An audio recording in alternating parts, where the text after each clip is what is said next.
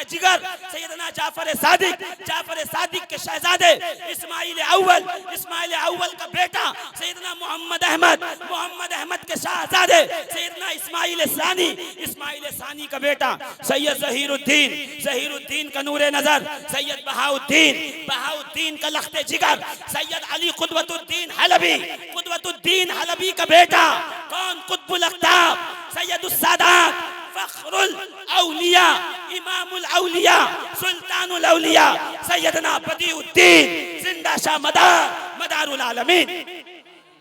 नारे तकबीर, नारे रिसालत, नारे हैदरी, दमदार मसलके इमाम आज़म सादात मकनपुर शरीफ मुफ्ती शफीकुल कादरी साहिब क़िबला। नारे तकबीर। मैं यही तो कहता हूँ, ऐ कादिर शाह के दलालो सुनो, वो जो तुमने हंगामा मचा रखा है, सिलसिला सोख्त हो गया, खत्म हो गया, सिलसिला नहीं रहा, कोई मुरीद नहीं रहा, कोई खलीफा नहीं रहा। मैं कहा इतनी दूर क्यों जाते हो कादिर शाही दलालो, कभी आओ। मुझे यकीन था आप समझेंगे नहीं, मुझे अच्छी तरीके से मालूम है कि आप समझेंगे नहीं। कोई बात नहीं, ना समझिए। मेरे जाने के बाद बगल वाले से पूछिएगा ये कादिर शाह कौन है, उसके दलाल कौन है। कादिर शाह के दलालों कभी आओ बरेली शरीफ की सरजमीन पर। सैयद जलालुद्दीन बुखारी, बुखारा का आलिम, इमाम मूसा काजिम का बेटा, जाफर सादिक का पोता, मोहम्मद बाकिर का नूरे नजर, नाम है सैयद जलालुद्दीन बुखारी, आलिम, फकीह, मुहद्दिस, मेरे मदार के दर पे बैठने वाला, जो उलमा की जमात है उनमें से एक, और इतना जी फहम, इतना दानिशमंद, इतना अक्लमंद, इतनी जल्दी जवाब अता करने वाला। मैं क्या बताऊं आपको, कोई मसला मदारे पाक की बारगाह में आए, वो उलमा की तरफ फेर दें, का कोई खड़े होकर के जवाब दे, कोई वक्त मांगे, मगर एक शख्स था जिसका नाम था जलालुद्दीन, वो बुखारा का रहने वाला, मूसा काजिम का शहजादा, वो खड़े होकर फौरन जवाब देता। कहते एक ऐसा वक्त आया, मुश्किल मसला था, मदारे पाक के पास सवाल आया, मदारे पाक ने उलमा की जमात की तरफ निगाह डाली, जलालुद्दीन बुखारी खड़े हुए, सबसे पहले जवाब दिया। मेरे मदार के मुंह से निकला, दाना है तू। कहते वो दिन है, आज का दिन है, जलालुद्दीन नाम से पुकारे नहीं गए, जब भी नाम बताया का दाना हूं दाना। मेरे मदार ने मुझे दाना कहा है, दुनिया उसे शाहदाना वली के नाम से।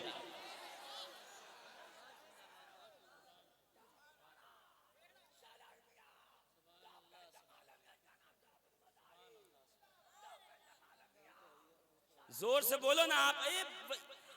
मैं कहता हूं दीवाना और दाना दो लोगों की लड़ाई है। दीवाना उधर बैठा है, दाना इधर बैठा है। जोर से और जोर से। अल्लामा मूसा मराकशी फरमाते हैं रहमतुल्लाह ताला अलैह, तू कहता है मदार का खलीफा नहीं हिंदुस्तान में ढूंढ रहा है, तू एमपी में जा, तू भोपाल में जा, तू देवास में चल, तू इंदौर में आ, तू गुजरात में आ, तू महाराष्ट्र में चल, तू चल जरा पहाड़ी पे, तुझे अब्दुल रहमान शाह मलंग की बारगाह में ले चलूं, तुझे सादिक शाह हुसैनी की बारगाह में ले चलूं, तू जल्दी से मेरे साथ आएगा, तुझे मखदूम फकी अली माहिमी के दरबार में ले चलूं, तुझे साबिर पाक के दरबार में ले जाऊं, तुझे सरकार सैयदना ख्वाजा गरीबुन नवाज मोइनुल मिल्लत वद्दीन की चौखट पे ले जाके दिखाऊं कि मदार का खलीफा कहते किसको है, मदार का फैज याफ्ता कहते किसको। यकीन ना, हुसामुद्दीन मानिकपुरी के पास चल, हुसामुद्दीन मानिकपुरी तुझे बताएंगे कि जब खिलाफत देने पे आते हैं तो हमारे खुलफा में मुजद्दिद अल-फ़सानी जैसे लोग पैदा होते हैं।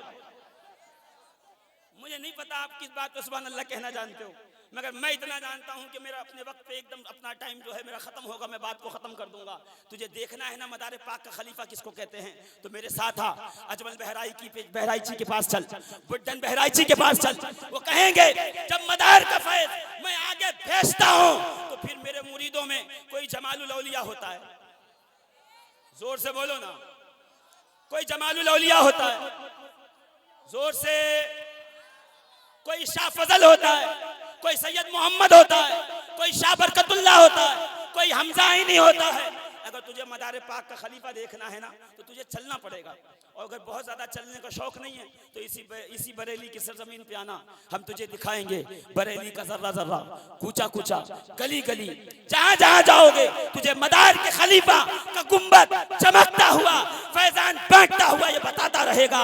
तू सोख्ता परदोख्ता में पड़ा रहा, मदार पाक के खुलफा ने वो काम किया है कि रहती दुनिया तक उनके एहसान को कभी भुलाया नहीं जा सकता।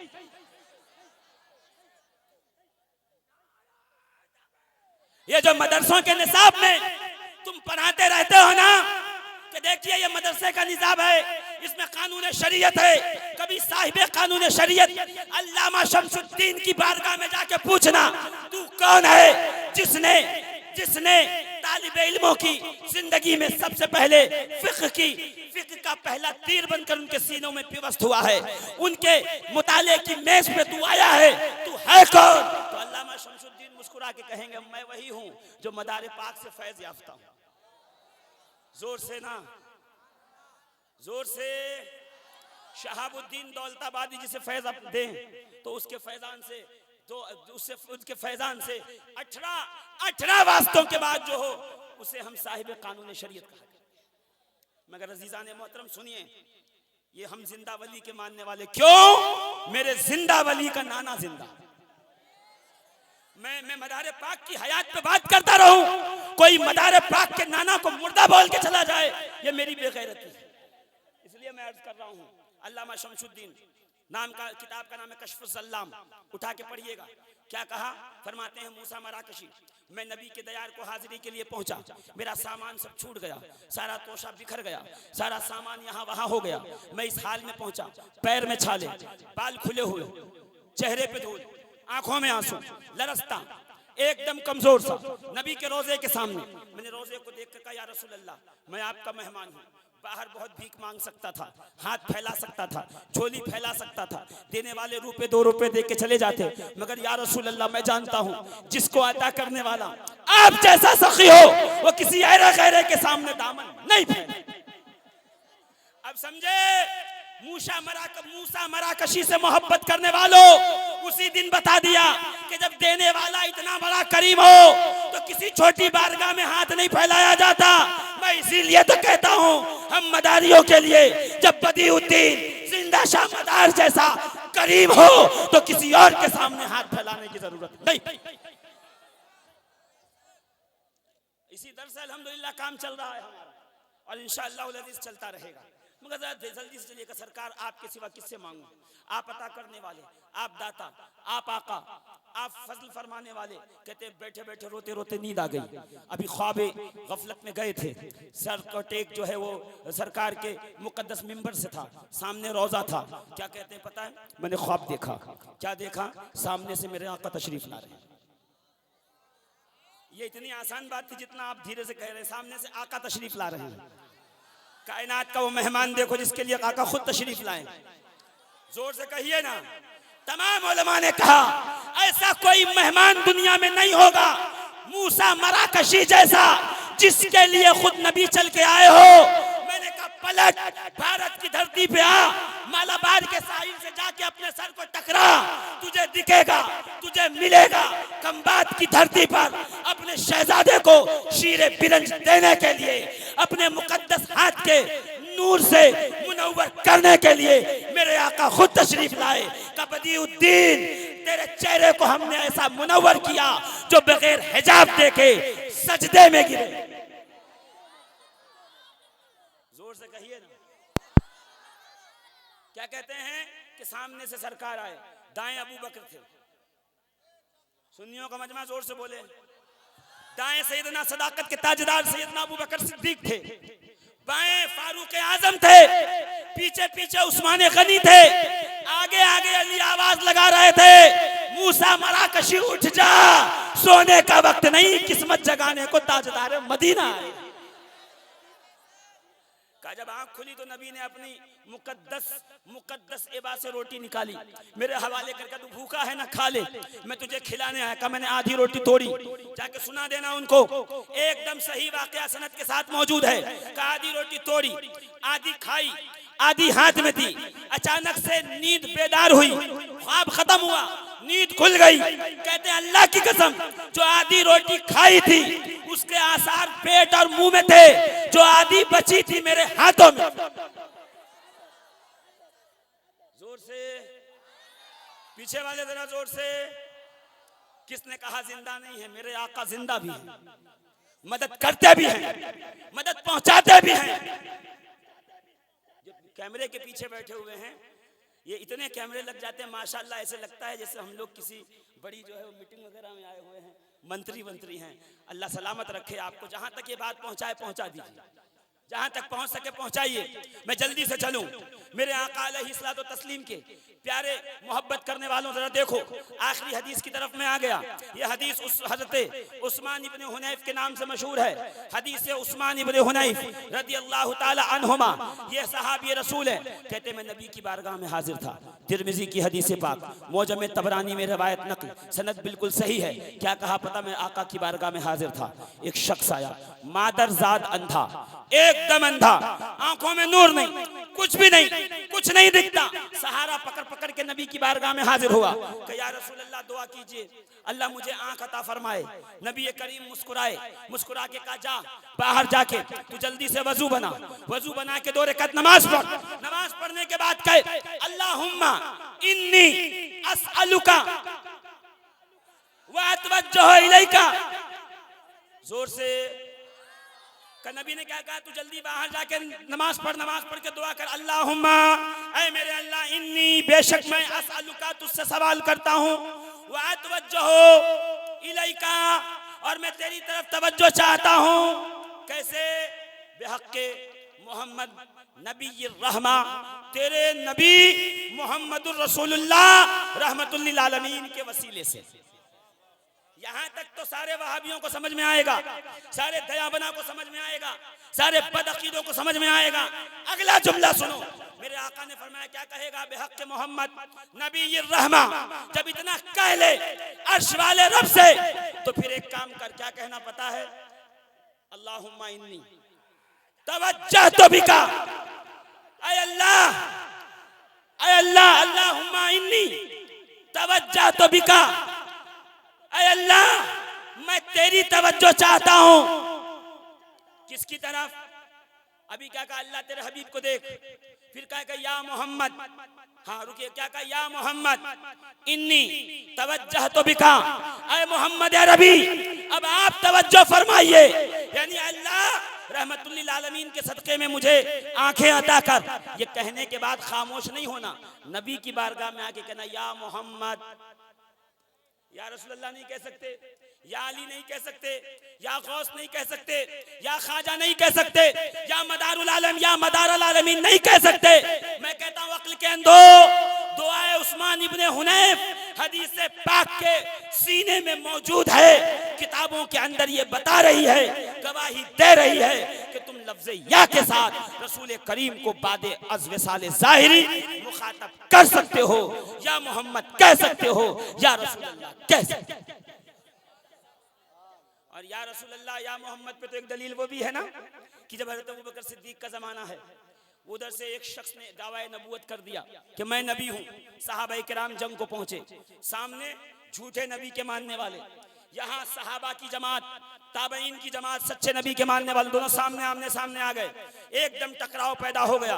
कहते हैं जब हमने तलवार निकाली, जंग करना शुरू किया, तो हम कहते अत्तकबीर, तो दोनों जमात कहती अल्लाहु अकबर, तो हमारे हाथों से तलवार छूट जाती, हाथ कांप जाते, वजूद लरस जाता। हम अपने भाइयों के खिलाफ कैसे आ गए जंग करने? ये सहाबा का तरीका है। सामने से अल्लाहु अकबर सुना तो क्या कहा? हम अपने भाइयों के सामने कैसे आ गए जंग करने? और आज आलम यह है, आप कलमा पढ़ो, आप दुरूद पढ़ो, आप फातिहा पढ़ो, नज़्र करो, नियाज करो, वलियों को मानो, किसी मौलवी को न मानो, किसी की तकरीर न मानो, किसी का कौल न मानो, किसी की किताब न मानो, किसी की तहरीर न मानो, किसी का फतवा न मानो। आपको इस्लाम से खारिज कर दिया जाता है। पता चला सहाबा का दीन और है, आजकल के लोगों का बनाया हुआ दीन और है। उससे बाहर आओ।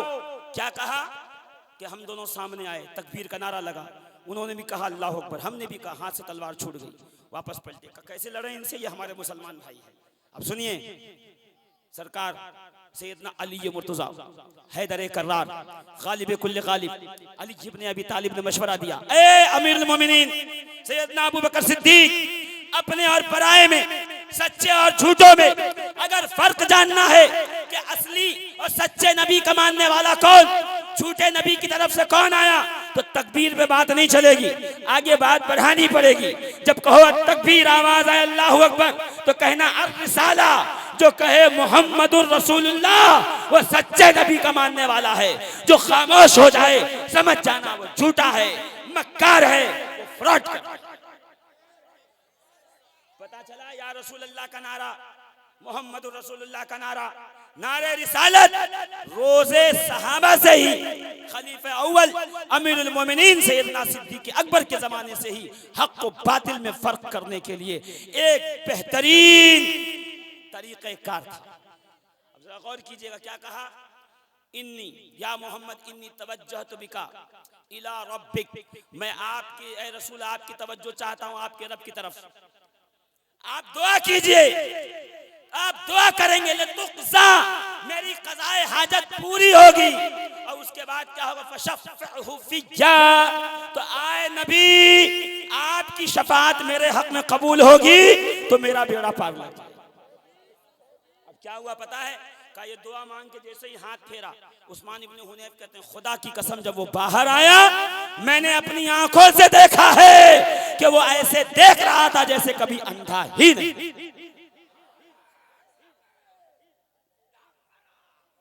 मेरे दोस्तों, मेरे अजीजों, पता चला नबी करीम का वसीला भी ले सकते हो। नबी जिंदा भी हैं, कब्र अनवर से फैज देते भी हैं, फैजान बांटते भी हैं। मेरे अजीज, मेरे मोहतरम, इसलिए कहता हूँ वब्तगू इलैहिल वसीला, अपने रब की जानिब वसीला तलाश करो। कभी रसूल का वसीला, कभी अहले बैत का वसीला, कभी इमाम हुसैन का वसीला, कभी मोहम्मद बाकर और जाफर सादिक का वसीला, कभी मदार पाक का वसीला, कभी गौसे पाक का वसीला, कभी गरीबुन नवाज का वसीला। कुल औलिया का वसीला लेते रहोगे, इंशाअल्लाहुल अजीज मुश्किलें दूर होती। दोनों हाथ उठाएं तो मैं आखिरी बात कह के बात खत्म करूं जोर से। बुखारी शरीफ की रिवायत, ऐसा नहीं है कि आप सिर्फ जो है अंबिया और औलिया का ही वसीला लें, कभी कभी अपने आमाल का वसीला भी ले सकते हैं। सुन रहे हैं ना मेरी बात, जोर से। मैंने पहले कहा था आपको मसाले वाली तकरीर सुननी, 17 फरवरी लभेड़ा की तकरीर उर्से रहमतुल्लाह शाह वली की, ले लीजिएगा, सुन लीजिएगा। आज बस इसी पे इक्तफा कीजिए और मैं बात खत्म करूं। बुखारी शरीफ में है, बनी इसराइल के 3 लोग घूमते घामते कहीं पहुंचे और एक गार में जाके सो गए। और जब उनकी आंख खुली तो गार पे एक पत्थर जो था उसके दरवाजे पे लुढ़क के आ गया था, और पत्थर लगने की वजह से गार का मुंह जो है बंद हो गया। अब वो बाहर निकले कैसे, जिंदगी के लाले पड़ गए, जिंदगी जो है अजीरन हो गई, जाएं तो जाएं कैसे। तीनों ने मशवरा किया, परवरदिगार आलम हम तुझसे अपने एक एक नेक अमल की वसीला लेते हैं, गुहार लगाते हैं, तू मेरे उस नेक अमल को अगर कबूल करता है तो हमारे हक में बेहतरी फरमा। जरा गौर कीजिएगा, ए बच्चा लोग चाहे बाहर चले जाओ, बाद में आना, नहीं तो अभी मैं खत्म कर रहा हूं ना। तकरीर में तकरीर मचा रखी हुई इन लोगों ने। दुरूद पाक पढ़िए, अल्लाहुम्मा सल्लि व सल्लिम अला सय्यदिल अंबिया वल मुरसलीन व अला आलिहि तय्यिबिन ताहिरीन बिरहमतिका या अरहमर राहिमीन। अजीजान मोहतरम, गौर। आखिरी बात, तीनों में से पहला खड़ा हुआ, बस आखिरी बात, तीनों में से पहला खड़ा हुआ, खड़े होके कहता परवरदिगार आलम तू जानता है अच्छी तरीके से मैं अपने वालिदैन के साथ हमेशा हुस्न सुलूक करता हूँ, हमेशा करता रहा। मैंने अपनी बीवी, अपने बच्चे, अपने रिश्तेदार, अपने दूसरे लोगों से ज्यादा अपने माँ बाप को तरजीह दी, हमेशा उनको मुकद्दम रखा। हर खाने की चीज, पीने की चीज, पहनने के कपड़े, हर अशियाए खुर्दनोश, जिंदगी का हर आराम और हर साजो सामान मैंने वालिदैन के लिए पहले मुहैया करवाया, अपनी औलाद के लिए बाद में। या रब्बल आलमीन, अगर मेरा ये अमल इनकाना फाल, तो अगर मैंने ये काम किया था ज़ालिका इब्तिगा वजहिक, तेरे लिए, तो फिर एक काम कर, तू मेरे इस अमल को कबूल फरमाइए, जो गार पे पत्थर आ गया उसको दूर फरमा। कहते बस इतना दुआ मांगनी थी, वो पत्थर हल्का सा खिसक गया और वहां सूरज की रोशनी आने लगी। क्या अमल था उसका? माँ बाप से हुस्न सुलूक। पीर साहब आए हाथ चूमते रहिए। माँ बाप नाराज हैं तो कुछ नहीं हो सकता। लिख लीजिए, जहन में नोट कर लीजिए। लाखों और करोड़ों बार सरकार मदारे पाक की बारगाह में आ जाइए। अगर माँ नाराज होगी तो मदारे पाक कहेंगे निकल जा, यहाँ कभी मत आना जब तक तेरी माँ राजी नहीं होती, मैं भी तेरी सिफारिश नहीं करूंगा। माएं रो रही हैं, माएं तड़प रही हैं, दामन भीग रहे हैं, दामन तर हो रहे हैं। बाप का आलम यह है, गली गली कूचे कूचे मारा मारा आवारों की तरह फिर रहा है। कोई उसका पूछने वाला नहीं, पुरसाने हाल नहीं। जब छोटे थे ना, हफ्ते में एक बार जब उसे पैसे मिलते थे तो आपके पसंद की मिठाई घर लाता था। वो आपका बाप है। जब से वो बुढ़ापे की गोद में गया, सीने पे हाथ रख के बताओ कितनी बार आप घर में कोई सामान लाने से पहले ये ख्याल करते हो ये मेरे बाप को पसंद है, ये मेरे वालिद को पसंद है, आज वो ले जाऊंगा जिससे मेरे वालिद खुश हो। बोलिए, माँ के कदमों के नीचे जन्नत है, बाप जन्नत का दरवाजा है। किसने काम किया माँ बाप के लिए? यहाँ तो आलम यह है, नौजवानों का खुदा की कसम कहता हूं, मैं अक्सर जानता हूं, मेरे पास केस आते हैं, इतनी जोर से चिल्ला के माओं से बात करते हैं कि माँ डर के कहती नहीं नहीं मेरे बेटे को कुछ मत बोलना, उसके सामने मत बोलना वरना जाने के बाद आपके डांटेगा। सुनो हदीस क्या है, जिसकी माँ उसकी ऊंची आवाज की वजह से डर जाती हो, याद रखना कयामत में उस बच्चे को जन्नत की खुशबू भी सूंघने नहीं मिलेगी। माँ बाप को नाराज करके नारा लगाने आ जाए, ट्रक पे चढ़ के जो है वो हरी हरी पट्टियां बांध के या रसूल अल्लाह नामूसे रिसालत की खातिर जान दे देंगे। यह है नामूसे रिसालत, यह है नबी की तालीम, यह है आपका घराना। ऐसे मुसलमान हैं। आओ बनी इस्राइल के औलिया के पास चलो। सिर्फ ये कहा मेरे वालिदैन की खिदमत करता था, अल्लाह ने उस गार से पत्थर को हटा। अब दूसरी बारी आई, सुन लीजिए। दूसरा अक्षर, या अल्लाह तू जानता है मेरी चचाजाद बहन थी, एक बार मेरे पास रुपया मांगने आई। मैंने कहा रुपया दूंगा इसी शर्त पे तू मेरे साथ नाजायज ताल्लुकात बना ले। उस राजी भी हो गई, उसकी मजबूरी थी, मैंने उस पर काबू पा लिया था। मगर उसने कहा देख मैं राजी तो हूँ मगर तुझे अल्लाह का वास्ता देती हूँ, मुझे अल्लाह के लिए छोड़ दे। तो परवरदिगार मैंने तेरे लिए उसको छोड़ दिया था, ज़िना से बाज आ गया था, हरामकारी से बाज आ गया था, मैं उससे दूर हो गया था। ऐ अल्लाह अगर वो अमल कबूल है तो तू इस मौत से हमें नजात अता फरमा। कहते ये दुआ मांगनी थी, वो पत्थर थोड़ा और खसा। अब आओ जरा फेसबुक और इंटरनेट इंस्टाग्राम वालों, रातों को 4-4 बजे तक देख के चैट करने वालों, हरामकारियों में मुब्तला रहने वालों, सुनो। दरवाजों पे जो है, सड़क पे, चौराहे पे, कॉलेज में, स्कूल के सामने खड़े होकर बदनिगाही करने वालों, सुन लो, ये सिर्फ और सिर्फ तुम्हारे लिए है। अगर अल्लाह इस नेक अमल की वजह से मौत को टाल सकता है तो ये बुरे अमल की वजह से अल्लाह आपको मुसीबत में नहीं डाल सकता। आज आजमाइशें इसीलिए हैं। मुसलमान बदनिगाही से नहीं बच रहा, मुसलमान ज़िना से नहीं बच रहा, शराब के अड्डों से नहीं बच रहा, जुए से नहीं बच रहा। वो ये सोचता है कि मैं 2-4-10 नारे लगाऊंगा, नारे लगा के कामयाब हो जाऊंगा। नहीं नहीं, मदारे पाक के मानने वालों, मेरे मदार से वालेहाना मोहब्बत करने वालों, तुम्हारी जिंदगी, तुम्हारी हयात भी ये बतानी चाहिए कि तुम मदारे पाक के दीवाने कैसे हो। और उनकी दीवानगी नारे से नहीं बल्कि मदारे पाक की इत्तिबा से। बस आखिरी जुमला बच गया है इसका। बहुत मुझे पता है अच्छी तरीके से, बड़ा गिरा गुजरता है लोगों पे इस्लाह करना, मगर कोई बात नहीं है मेरे दोस्तों। दुआ कबूल होती है सूरे फातिहा पढ़ने से, जोर से, नेक अमाल का वसीला देने से, नेकियां करने से, माँ बाप का वसीला देने से, छोटे बच्चों का वसीला देने से। दुआ रद्द कब होती है? हरामकारी से। मस्जिद में बैठकर अगर आप वीडियो देखते रहें नाचने गाने के और सोचे मैं दुआ कर दूं कबूल हो जाए, नहीं हो सकता। ये महफिल जो है ना, ये महफिल बाग वाले मियाँ की महफिल, सुन लो, उस पे शरीयत का कलम नहीं है, तुम पे है। उसको नहीं पूछा जाएगा, तुम्हें पूछा जाएगा। हंस के दांत दिखा के जाने की जरूरत नहीं है, आपको पूछा जाएगा। बातें कड़वी लगे, जाने से पहले मैं माफी मांग लूंगा, माफ करे ना करे आपकी मर्जी है, मगर बात हक है, एकदम सच्ची है। ये मिंबर रसूल है। आज यहाँ पे क्या हो रहा है? जलसा। अभी सैयद शजर अली मियां साहब नातो मनक़बत पढ़ेंगे, सुनाएंगे। मैं 5 मिनट ज़्यादा ले चुका हूँ, बस आखिरी के 2 मिनट और बचे हैं मेरे, मैं बस उसको ख़त्म कर रहा हूँ। आज यहाँ नातो मनक़बत, कुरान तिलावत, अल्लाह अल्लाह की बातें। कल बुजुर्गों के कलाम कव्वाली की सूरत में, परसों कुल की महफिल है मौलाना, फातिहा की, सूरह फातिहा, कुरान तिलावत, दुआ। और क्या होगा? पोस्टर उठा के देखो, उठाओ, नचनिया, गवैये, गायक, औरतें बुलाओ, यहां बैठा के इस मजमे में हुड़दंग होगा, हल्ला होगा, गदनिगाही करेंगे, लोग तरह तरह की बातें करेंगे, फौश कलमे कहेंगे, इसी जगह पे होगा। और आप सोचते हो अब दुआ मांगेंगे कुल में कबूल हो जाएगी? इसीलिए नहीं कबूल हो रही। वजह यही है, न बुलाइएगा, जाते वक्त मुलाकात भी न कीजिएगा, कोई मसला नहीं है।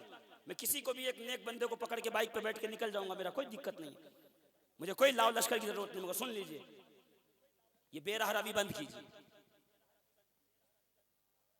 ये जो धीरे धीरे धीरे धीरे धीरे धीरे तुम सवाल की तरफ जा रहे हो ना, बस ये गांव का हिस्सा ले लो, बस आगे आगे मत बढ़ो। उसकी वजह क्या है? कबूलियत दुआ का वक्त जब होता है तो तुम ये जो है वो हुड़दंग मचा देते हो, बदनिगाही का यहाँ पे तमाशा करते हो। लोगों में क्या जाता होगा, इनके कैसे पीराने इल्जाम हैं जो आते हैं मकनपुर से, अल्लाह रसूल की बात करके जाते हैं, और तीसरे दिन उनके मानने वाले जो ये सब करते हैं।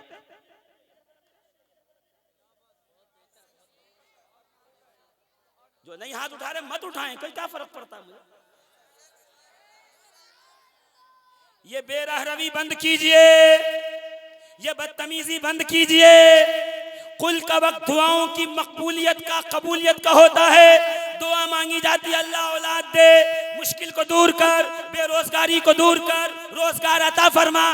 कैसे दुआ कबूल होगी? कबूलियत के फरिश्ते, रहमत के फरिश्ते उतरेंगे ही नहीं। क्यों? तुमने उस पूरे के पूरे मजमे को, जो मुकद्दस महफिल थी, उसे आपने रोमांच की महफिल बना दिया, रोमांस की महफिल बना दिया। लाइव चलता नहीं, हम देखते नहीं। किसने बताया मौलाना को? हम अंधे बहरे पागल है ना, हमको दिखता नहीं है लाइव हर साल चलता है। इस बेरहरवी को बंद किया जाए, ये मेरी अपील है, गुजारिश है, मुअद्दबाना, मुखलिसाना, आजिज़ाना, इसको बंद किया। एक शख्स सिर्फ और सिर्फ ज़िना से दूर हो गया, अल्लाह ने गैर के पत्थर को दूर करके बताया, मेरी रजा के खातिर तू बुरे काम से दूर होता रहेगा, मैं तुझ पे राजी होता रहूंगा।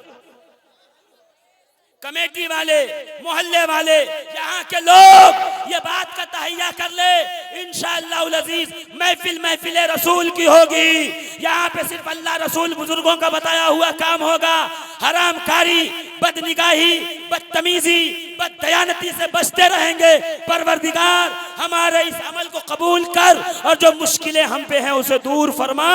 इंशाअल्लाह अज़ीज 1 साल गुजरेगा नहीं, आपसे सारी मुश्किलें दूर होंगी, और फिर से आपकी रोजी रोजगार का सितारा वही चमकेगा जहां आज से 12-15 साल पहले चमक। इस बदतमीजी से दूर हो जाइए। तीसरा आदमी खड़ा हुआ, आखिरी जुमला कहता है, परवरदिगार तुझे याद है एक मेरे यहाँ कुछ मजदूर काम करते थे, और उनमें से एक मजदूर मजदूरी लेना भूल गया और वो चला गया अपने घर। मैंने उसका पैसा इन्वेस्ट कर दिया बकरियों में। 10-12 साल के बाद वो आया, कहता मेरी मजदूरी दे दे भाई, मैं जल्दी में चला गया था। कब मैंने तमाम बकरियां, ऊंट और गाय जो थी, मैंने कहा ये सब तेरा है। कहा ये सब मेरा कैसे है? कहा तूने जो रुपया छोड़ा था ना, उसको मैंने इन्वेस्ट कर दिया। मैं बतौरे चौकीदार यहाँ पे रहा और इनकी देखभाल करता रहा, ये सब तेरा ही पैसा है, तू इसे ले जा। तो परवरदिगार तू जानता है, वो बकरी का बच्चा यहाँ तक के उसकी घास भी ले गया, मैंने उफ तक नहीं किया। अगर वो अमल से तू राजी है तो तू इस पत्थर को हटा। इमाम बुखारी कहते हैं, बुखारी की रिवायत है, इतना कहना था, वो पत्थर लुढ़क के नीचे गया। तीनों निकल के खरामा खरामा चलते हुए अपने घरों को पहुंच गए। समझे आप? किसी की दहाड़ी मार लेना, किसी मजदूर के साथ बदसलूकी करना, किसी से काम करवा के पैसे न देना, किसी का पैसा साल भर रोक लेना, यह कितना बुरा काम होगा। जो ईमानदारी करे उसको यह इनाम मिले। तो सोचो जो बेईमानी करेगा उसके साथ क्या होगा। आप क्या समझते हो कयामत में सिर्फ ये पूछा जाएगा रोजा रखा, नमाज पढ़ा, हज किया, ज़कात क्या? नहीं, कयामत में ये भी पूछा जाएगा।